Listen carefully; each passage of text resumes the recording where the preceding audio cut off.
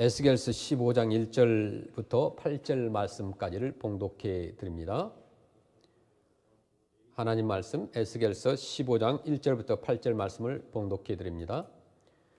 여호와의 말씀이 내게 임하여 이르시되 인자야, 포도나무가 모든 나무보다 나은 것이 무엇이랴? 숲속의 여러 나무 가운데 있는 그 포도나무 가지가 나은 것이 무엇이랴? 그 나무를 가지고 무엇을 제조할 수 있겠느냐?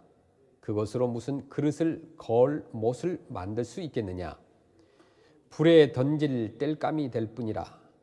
불이 그 두 끝을 사르고 그 가운데도 태웠으면 제조에 무슨 소용이 있겠느냐? 그것이 온전할 때에도 아무 제조에 합당하지 아니하였거든 하물며 불에 살라지고 탄 후에 어찌 제조에 합당하겠느냐? 그러므로 주 여호와께서 이같이 말씀하셨느니라. 내가 숲을 가운데 있는 포도나무를 불에 던질 땔감이 되게 한 것 같이 내가 예루살렘 주민도 그같이 할지라. 내가 그들을 대적한즉 그들이 그 불에서 나와도 불이 그들을 사르리니 내가 그들을 대적할 때에 내가 여호와인 줄 너희가 알리라. 내가 그 땅을 황폐하게 하리니 이는 그들이 범법함이니라. 나 주 여호와의 말이니라 하시니라. 아멘. 에스겔 선지자는 이제 유다 왕국의 멸망을 일깨우기 위해서 여러 가지 비유로 이스라엘 백성들에게 메시지를 전합니다. 그 비유 중에 하나가 본문에 나오는 열매가 없는 포도나무의 비유를 말씀합니다. 이것은 이제 히스기야 왕 통치 아래서의 유대 역사의 그 황혼 무렵에 대한 비유라고 말할 수 있습니다. 이것은 대단히 절망적인 비유인데 이 말씀 가운데서 지금 이스라엘 민족은 포도나무로 비유하고 있습니다. 그러니까 이스라엘 민족이 성경에서 포도나무로 비유되고 있는 그런 예가 많이 있습니다. 그러니까 대표적인 것은 호세아서 10장 1절에 보면 그 이스라엘은 열매 없는 무성한 포도나무라.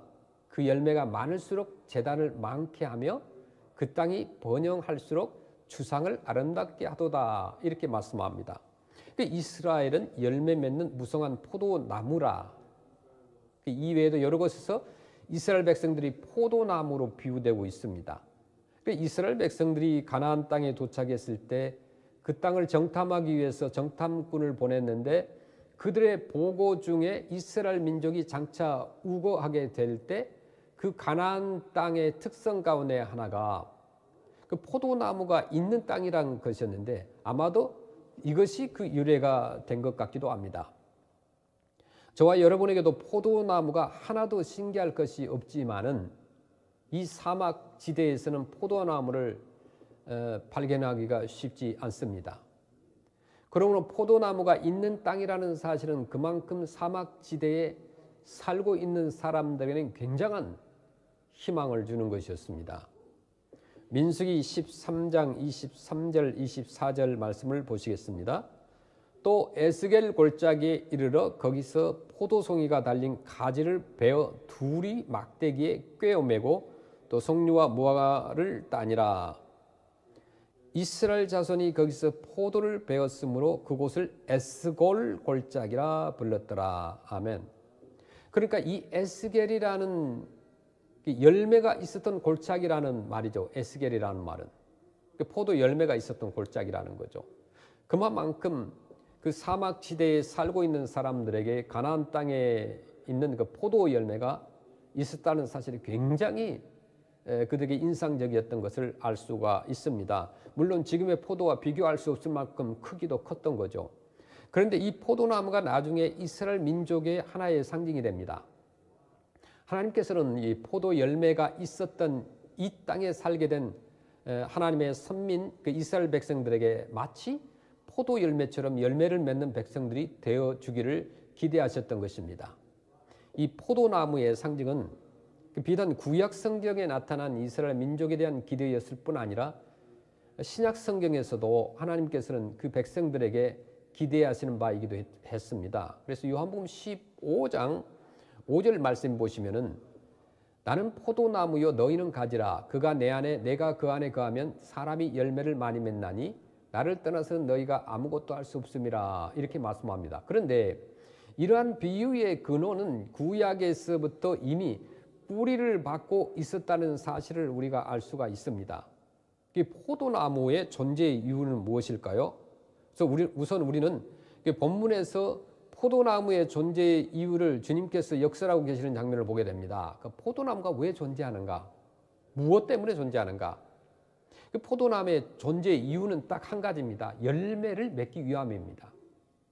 포도나무는 전적으로 열매를 위해서 존재하는 나무입니다. 그런데 본문에서는 그것이 아주 부정적인 방법으로 이렇게 말씀하고 있습니다. 계속해서 15장 3절 말씀을 보시면 그 나무를 가지고 무엇을 제조할 수 있겠느냐? 그것으로 무슨 그릇을 걸 못을 만들 수 있겠느냐? 그러니까 만약 포도나무가 열매를 맺지 못한다면 도대체 어디에 쓸모가 있겠느냐 하는 것이에요. 포도나무라고 하는 것은 여러분 우리가 살고 있는 센트럴 밸리의 포도 나무는 어디서든지 볼 수 있잖아요. 그런데 그 포도나무는 어떤 제목으로는 일고의 가치가 없는 나무입니다. 건축할 때 포도나무를 베어서 썼다는 얘기를 들어본 일이 없습니다. 건축이나 또 가구를 만들기 위해서 제목으로 썼다. 전혀 그런 가치를 지니고 있는 나무가 아닙니다. 그렇다고 해서 포도나무가요, 꽃이 화려하게 피고 향기 나고 그렇게 포도나무가 아름다운 것도 아닙니다. 또 그렇다고 해가지고 이 포도나무를 연료로 뗄 수 있느냐? 가치가 없어요. 그래서 쉽게 타버리기 때문에 그런 것입니다. 포도나무의 유일한 존재 이유라고 하는 것은 바로 그 열매입니다. 만약 포도나무가 열매를 맺지 못한다면 도무지 쓸모가 없는 나무가 된다는 것입니다. 포도나무가 열매를 맺지 못하면 어떻게 해야 합니까? 한 가지 처리하는 방법밖에 없어요. 그것은 태우는 거예요. 불에 태워서 소각하는 거죠. 그러나 그것도 연료로 쓰기 위해서 태우는 것이 아니라 아무 것에서 쓸모가 없게 그냥 태워버리는 것입니다. 본문 이제 4절 말씀을 다시 보시면 불에 던질 땔감이 될 뿐이라 불이 그 두 끝을 사르고 그 가운데도 태웠으면 제조에 무슨 소용이 있겠느냐. 에스겔 15장 5절에 보면 그것이 온전할 때에도 아무 제조에 합당하지 아니하였거든 하물며 불에 살라지고 탄 후에 어찌 제조에 합당하겠느냐 이렇게 말씀합니다. 그러니까 열매를 맺지 못하는 포도나무는 그것이 불에 타기 전에도 쓸모가 없었다면 불에 태워진 다음에는 더더욱 쓸모가 없지 않겠느냐 이 말씀입니다. 이것이 열매 없는 포도나무의 마지막이라는 것이죠. 이것은 바로 그 시대의 유다 백성들의 모습을 비유하고 있습니다. 도무지 열매를 맺지 못하고 있었던 그 하나님의 백성들의 모습, 그들은 이미 그 존재 이유를 상실하고 있었다는 것입니다. 그렇다면 그들에게 다가올 수 있는 운명은 하나밖에 없죠. 무엇일까요? 태워버리는 것이죠. 그 순간이 임박하고 있다는 것, 예루살렘과 유다 왕국의 최후의 순간이 그들을 불사르기 위한 하나님의 심판이 다가오고 있다는 것이죠. 이것은 신약 성경에서 주님께서 말씀하신 것과 같은 이야기입니다. 그러니까 마태복음 5장 13절 말씀 보시면 너희는 세상의 소금이니 소금이 만일 그 맛을 잃으면 무엇으로 짜게 하려? 후에는 아무 쓸데없어 다만 밖에 버려져 사람에게 밟힐 뿐이니라. 아멘. 이렇게 말씀합니다. 그러니까 소금이 짠맛을 잃어버린다면 소금은 더 이상 그 존재할 이유가 없죠. 예수님께서 말씀하신 대로 어떻게 돼요? 그냥 소금을 다만 밖에 버려가지고 사람들의 발에 밝힐 뿐이라는 것이죠. 자신의 책임을 다하지 못하고 존재 이유를 상실하고 있었던 그 옛 이스라엘 백성들에게 하나님께서 무시무시한 심판을 경고하셨다고 한다면 바로 그 하나님께서는 오늘날 저와 여러분들에게 우리의 삶 속에서 열매 없는 삶을 어떻게 보고 계시는가 한번 생각해 보는 것이 필요합니다. 그럼 열매는 어떤 의미를 가지고 있습니까? 열매의 의미가 뭐냐 이거죠. 열매란 무엇을 의미합니까? 성경 전체에서 말씀하시는 이 열매라는 것은 언제나 두 가지 의미에서 사용되고 있는데 첫째는 그 열매는 인격적이거나 도덕적인 의미에서 열매를 말합니다. 그리고 주님께서 원하시는 사람이 되어가는 그 의미, 그러니까 주님께서 기뻐하시는 일을 한다는 의미에서의 열매라는 거죠. 그래서 마태복음 3장 8절 9절을 보면 광야에서 외치던 세례 요한의 메시지가 이렇게 기록되어 있는데 마태복음 3장 8절에 보면 그러므로 회개에 합당한 열매를 맺고 속으로 아브라함이 우리 조상이라고 생각하지 말라. 내가 너희에게 이르노니 하나님이 능히 이 돌들로도 아브라함의 자손이 되게 하시리라. 이렇게 말씀합니다. 그러니까 이 말씀은 나는 4대째 5대째 3대째 기독교 집안 출신이다. 나는 어렸을 때부터 유아 세례를 받고 교회를 떠난 일이 없다라고 말하는 사람들에게 과연 우리 크리스찬들에게 그런 크리스찬들에게 신앙의 연수가 많은 크리스찬들에게 신앙인다운 열매가 그들의 삶 가운데 있는지를 묻는 거예요. 그래서 회개에 합당한 열매를 맺으라는 것입니다. 신앙의 연수가 중요한 것이 아니라 신앙의 열매를 맺는 것이 중요하다는 거죠. 예수님께서도 산상수훈에서 그런 말씀을 하죠. 마태복음 5장 16절 말씀을 보시면 이같이 너희 빛이 사람 앞에 비치게 하여 그들로 너희 착한 행실을 보고 하늘에 계신 너희 아버지께 영광을 돌리게 하라. 아멘. 이 착한 행실의 개념을 사도 바울은 어떻게 사용하고 있는지 비교해 보겠습니다. 골로새서 1장 10절 말씀에 보면 골로새 교회 성도를 위한 바울 사도의 기도의 한 대목이 나타나 있는데 이렇게 기록합니다. 주께 합당하게 행하여 범사에 기쁘시게 하고 모든 선한 일에 열매를 맺게 하시며 하나님을 아는 것에 자라게 하시고 이렇게 말씀합니다. 하나님을 아는 것에 자라게 하시고 또 사도 바울인 갈라디아서 5장에서 성령의 9가지 열매를 기록하고 있는데요. 우리가 잘 알지만 이 말씀을 다시 보겠습니다. 갈라디아서 5장 22절 오직 성령의 열매는 사랑과 희락과 화평과 오래 참음과 자비와 양성과 충성과 23절에 온유와 절제니 이 같은 것을 금지할 법이 없느니라. 자, 사도 바울이 이렇게 성령의 열매에 대해서 말을 할 때요. 사실 여러 가지 개념으로 말한 것이 아닙니다. 이 중요한 것은 오늘 이 갈라디아서 5장 22절 23절의 성령의 열매는 그 원래 원문을 보면요. 성령의 열매가 성령의 열매들이라고 하지 않았어요. 복수로 되어 있지 않고 단수로 되어 있습니다. 이게 굉장히 중요한 의미입니다. 그러니까 우리가 통상적으로 9가지 열매라고 하지만은 사실은 한 열매라는 거예요. 무슨 뜻일까요? 사랑과 희락과 화평과 오래 참음과 자비와 양성과 충성과 온유와 절제 이 모든 인격적인 특성들을 지닌 우리의 그 유일한 모범은 누구일까요? 예수님이시죠. 성령의 9가지 열매라고 하는 것은 한 인격을 지향한다는 거죠. 그러니까 성령의 열매라고 하는 것은 어떤 사람은 자비가 있고 인내가 있고 나는 인내가 없고 그게 아니라는 거죠. 전체적으로 이 성령의 9가지 열매는 원어적으로 한 열매를 의미하는데 그 열매의 모범이 예수 그리스도라는 거죠. 그것은 뭐냐 하면 우리 주 예수님의 자신의 인격을 말하는 거예요.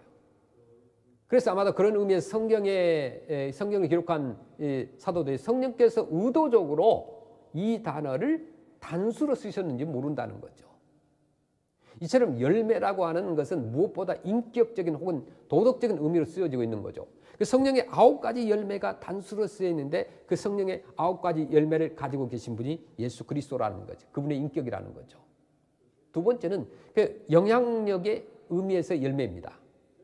그러니까 우리가 주변에서 어떤 영향력을 끼치는가, 내 주변의 이웃과 직장과 비즈니스 현장 속에서 정말 다른 사람들에게 내가 하나님의 백성이고 언약의 백성이고 우리 크리스찬이라는 사실 때문에 어떤 영향력을 행사하고 또 살고 있는가, 이런 측면에서 열매라는 단어가 쓰여지고 있다는 거죠. 잠언 11장 30절 말씀에 보면 의인의 열매는 생명나무라 지혜로운 자는 사람을 얻느니라 이렇게 말씀합니다. 생명나무란 무엇을 의미하느냐, 사람들이 생명의 근원이 되시는 하나님께 접붙임을 받을 수 있도록 인도하는 일이다. 전도하는 일, 선교하는 일을 말하는 것입니다. 이것이 한 민족 이스라엘 백성에게만 초점이 모아지고 있던 이 구약 성경에서부터 벌써 강조되고 있던 사실입니다. 그럼 우리가 어떻게 해야 열매를 맺을까? 열매 맺는 방법이 무엇이냐 이겁니다. 주님께서 우리를 포도나무로 선택하셨습니다. 우리 믿는 자들이 포도나무예요. 왜 그렇습니까? 열매를 맺도록 하기 위해서입니다. 포도나무 존재가 열매라고 했죠. 포도나무의 유일한 존재 이유는 앞에서도 말했던 것처럼 열매에 있다고 그랬어요. 열매가 있어야 된다. 제목으로는 아무런 쓸모가 없고 꽃도 보잘것없고 연료도 의미가 없는 포도나무의 유일한 존재 이유는 열매를 맺기 위함입니다. 그래서 요한복음 15장 5절 말씀에 보면 나는 포도나무여 너희는 가지라. 그가 내 안에 내가 그 안에 거하면 사람이 열매를 많이 맺나니 나를 떠나서는 너희가 아무것도 할 수 없음이라. 이렇게 말씀합니다. 이 포도나무이신 그리스도께부터 우리가 삶 속에서 어떤 열매를 맺느냐에 따라서 우리 신앙의 참된 모습을 시험할 수 있습니다. 그러면 어떻게 열매를 맺습니까? 우리가 잘 알고 있는 요한복음 15장을 보면은 요한복음 15장이 계속해서 말씀하고 있는 것이 무엇이냐면 어떻게 할 때에 열매를 맺을 수 있다고 말씀합니다. 어떻게 하면 열매 맺어요? 주님 안에 거할 때라고 그래요. 그때 열매를 맺을 수 있습니다. 그런데 주님 안에 거한다는 것이 그러면 무슨 의미가 있습니까? 그것은 나와 예수 그리스도가 확실하고 분명한 관계 속에서 끊임없이 교제를 나누는 것을 의미하는 거예요. 우선 내가 포도나무이신 그분께 분명히 붙어 있는지를 점검해야 돼요. 내가 날마다 주님과 붙어 있는가? 나뭇가지가 나무에 붙어 있지 않는다면 아무런 의미가 없습니다. 여러분, 크리스찬이라고 하는 것을 어떻게 정의할 수 있습니까? 여러 가지 정의가 있을 수 있습니다. 그러나 우리 크리스찬에 대한 정의는 딱 한 가지 이렇게 정의할 수 있어요. 주님께 붙어 있는 자. 이게 기독교인이요 크리스찬입니다. 고린도전서 15장을 보시면 이 15장을 우리가 흔히 부활의 장이라고 하는데 고린도전서 15장 23절 말씀 보시면 그러나 각각 자기의 차례대로 되리니 먼저는 첫 열매인 그리스도요 다음에는 그가 강림하실 때에 그리스도에게 속한 자요. 아멘. 그렇게 말씀합니다. 그러니까 그리스도께서 제일 먼저 부활의 주인이 되셨습니다. 그 다음에는 예수 그리스도께서 다시 그리스도께서 다시 재림하실 때에 그분께 붙은 자의 부활이 있을 것이라고 말씀합니다. 저는 여기서 우리 크리스찬의 그 의미를 발견합니다. 이보다 더 적합한 다른 표현을 찾을 길이 없어요. 우리 크리스찬 누구냐? 내가 누구냐고 했을 때 예수 그리스도께 붙어 있는 자다. 아주 이렇게 심플하게 답할 수 있어요. 그게 정확합니다. 예수님께 붙어 있는 자. 단순히 내가 교회에 나가서 뭐 교회가 요구하는 일정한 의식에 참여하고 뭐 직분을 받고 그런 것이 아니라는 거예요. 진실로 내가 그리스도에게 붙어 있는가? 연합된 자, 바로 그런 사람들이 기독교인이라는 거예요. 크리스찬이라는 거죠. 불행한 사실은 오늘날 교회를 오고 가고 신앙의 연수는 많지만 예수님과 밀접한 관계를 맺고 있는 사람들이 많지 않다는 거죠. 예수님께 붙어 있을 때 붙어 있을 뿐만 아니라 포도나무이신 예수 그리스도와 가지 나 사이에 막힘이 없는 교제를 할 때에 우리가 풍성한 열매를 맺을 수가 있는 겁니다. 실로 자녀들의 삶 속에서 기대하는 바를 이루는 일은 그가 하나님께서 그의 삶의 첫 번째 권위로 허락하신 부모와 얼마나 아름다운 관계를 맺고 살아가는 데 달려 있잖아요. 마찬가지입니다. 여러분, 생명의 근원이시오 창조자이신 그 하나님과 우리의 구원의 주님이신 예수 그리스도와 진실로 끊임없는 교제 안에서 하루하루 살아가고 있는가? 그러면 우리가 주님과 나 사이에 막힘이 없는 교제를 이룬다는 것이 무엇인지 우리가 한번 보겠습니다. 첫째는 뭐냐면 주님께서 기뻐하지 않는 것들을 버리고 깨끗한 삶을 사는 것이에요. 우리의 삶을 정결하게 하는 것이 열매를 맺는 가장 중요한 조건입니다. 회개가 있어야 되겠죠. 버려야 할 죄와 하나님 앞에 떳떳하게 설 수 없게 하는 모든 것, 주님 앞에 인정될 수 없는 것들, 이 모든 것들을 버리는 것이 우선이다. 그래서 요한복음 15장 1절 2절 말씀을 보시면은 나는 참 포도나무요 내 아버지는 농부라. 물은 내게 붙어 있어 열매를 맺지 아니하는 가지는 아버지께서 그것을 제거해 버리시고 무릇 열매를 맺는 가지는 더 열매를 맺게 하려 하여 그것을 깨끗하게 하시느니라. 아멘. 벌레를 먹어서 썩은 가지는 더 이상 열매를 맺을 수가 없습니다. 무엇보다 그 가지는 깨끗해야 되죠. 그 깨끗한 가지에서 열매를 맺을 수 있습니다. 두 번째는 주님 안에서 우리가 거하면서 순종하는 삶을 사는 것입니다. 그 요한복음 15장 9절을 보시면 아버지께서 나를 사랑하신 것 같이 나도 너희를 사랑하였으니 나의 사랑 안에 어떻게 하라고요? 거하라 그랬습니다. 주님 안에 거하는 것. 그러면 어떻게 해야 주님의 사랑 안에서 거할 수 있느냐? 성경 요한복음 15장 10절 말씀은 이렇게 말씀합니다. 내가 아버지의 계명을 지켜 그의 사랑 안에 거하는 것 같이 너희도 내 계명을 지키면 내 사랑 안에 거하리라. 아멘. 그 주님 안에 거한다는 것은 대단히 어떤 추상적이고 신비적인 연합을 의미하는 것이 아닙니다. 너무 쉬워요. 이것은 오히려 정말 구체적으로 주님의 말씀에 날마다 순종하는 삶을 사는 거예요.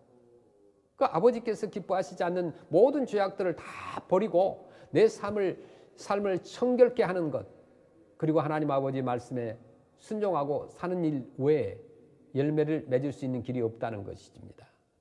히스기야 왕 통치 시대에 멸망하기 직전에 유다 백성들에 대한 비유인데요. 열매를 맺음으로써만 비로소 그 존재의 가치를 찾을 수 있는 포도나무 가지인 그 이스라엘 백성들이 열매를 맺지 못하고 있기 때문에 그렇게 예언했던 것입니다. 본문 3절에 말하고 있듯이 포도나무가 열매를 맺지 못한다면 도대체 어디에 쓸모가 있겠느냐? 그것으로 무슨 그릇을 또 못을 만들 수 있겠느냐? 벽걸이도 못한다는 거죠. 불에 던질 화목 위에는 쓸데가 없다는 거죠. 그렇다면 열매 맺지 못하는 이스라엘 백성들이 무엇 때문에 존재하는가를 묻고 있습니다. 이 비유를 통해서 에스겔 선지자는 지금 이스라엘 백성들에게 심판을 경고하고 있다는 것입니다. 먼저 저와 여러분의 삶이 오늘 하나님 앞에서 전혀 열매를 맺지 못하고 있다고 한다면 하나님과의 나 사이의 끊임없는 교제를 통해서 주님께서 기뻐하시는 인격으로 변화되어 하나님이 기뻐하시는 선한 일을 행하고 내가 받은 영원한 생명을 내 이웃들과 믿지 않는 자들에게 전달하여서 사람을 얻는 삶의 열매가 전혀 없다고 한다면 우리는 삶의 존재가 무엇인지 한번 생각해 보아야 됩니다. 세월이 흐를수록 주님을 닮아가는 모습이 내 이웃들과 가족들에게 믿지 않는 자들에게 비춰지고 있는가? 이 삶의 현장에서 내가 전하는 복음을 통해서 정말 사망의 그늘에서 처한 그 수많은 사람들이 생명으로 옮기는 그 구원의 열매를 참으로 맺고 있는가? 그렇지 않다고 한다면 내가 왜 살고 있지? 나는 살고 있는 이유가 무엇일까? 한번 깊이 생각해 봐야 돼요. 맛을 잃어버린 소금처럼 그 존재의 의미를 상실했을 때 우리도 하나님의 심판을 피할 수가 없다는 것이 성경의 말씀입니다. 우리는 그 당시의 역사적 상황으로 돌아가서 유다 백성이 이렇게 되어버린 원인이 도대체 어디에 있는가를 한번 생각해 봐야 됩니다.